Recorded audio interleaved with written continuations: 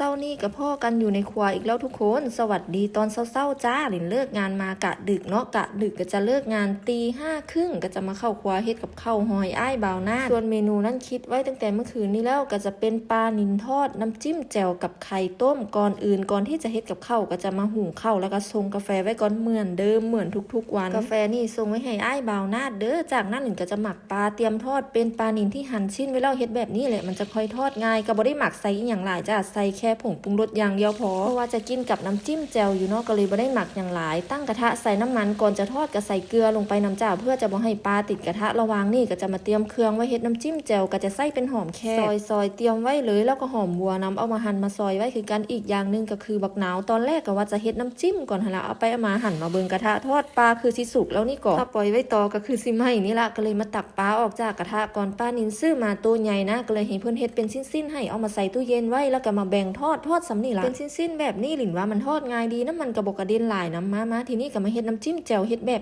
ง่ายๆเลยพริกป่นผงชูรสน้ำปลาน้ำต้มสุกบีบบักนาวใส่หอมแขกใส่หอมบัวเป็นอันเสร็จเรียบร้อยแล้วจ้าน้ำจิ้มแจ่วกินกับปลานิลทอดกินกับไข่ต้มน้ำอีกอย่างนึงกับข้าวอ้ายบ่าวนาดมื้อนี้ก็มีหลายอย่างเลยมีไข่ต้มมีปลานิลทอดแล้วก็มีต้มขาหมูที่เหลือจากเมื่อคืนน้ำนิดนึงเสร็จเรียบร้อยหมดทุกอย่างแล้วก็ทำการตักใส่ถุงใส่กองแบบนี้แหละทุกมื้อยกเว้นแต่มื้อเด่นที่หลินจะเฮ็ดบ่ไหวมื้อที่เฮ็ดบ่ไหวนั่นก็คือหลินเป็นไข้แบบบ่สบายหลินสินะก็จะเฮ็ดบ่ไหวแล้วก็ถ้าอยู่กะเดียวกันก็จะห่อไปกินแบบนี้เหมือนกันห่อไปกินเช้าเที่ยงแต่ว่าจะเพิ่มปริมาณเพราะว่ากิน2 คนแต่ว่าถ้าอยู่คนละกะกันก็จะเฮ็ดห่อให้เพิ่นแล้วก็แบ่งไว้กินเจ้าของน้ำนิดนึงเมื่อยบ่ว่าติก็เมื่อยอยู่จ้าแต่ว่าเฮาเฮ็ดจนศีลสิเอิ้นว่าศีลหรือว่ากลายเป็นกิจวัตรประจำวันไปแล้วสิบ่เฮ็ดก็เป็นจังได๋ทุกคนคือไปซื้อเขากินก็เสียดายเงินนะอันนี้หลินเว้าความจริงเลยคือซื้อของมาแล้วก็ต้องเฮ็ดอาจจะบ่ให้มันเสียเปล่าแต่ว่าบางอย่างเฮาก็ต้องซื้อคือว่าละซื้อแล้วก็ใส่ซ้ำที่เฮาไหวสำหรับหลินนะคิดแบบนี้ทุกมื้อนี่นะไผสิว่าหลินงกนะก็คือว่าบ่เที่ยงเลยคือเห็นเงินแล้วบ่อยากใส่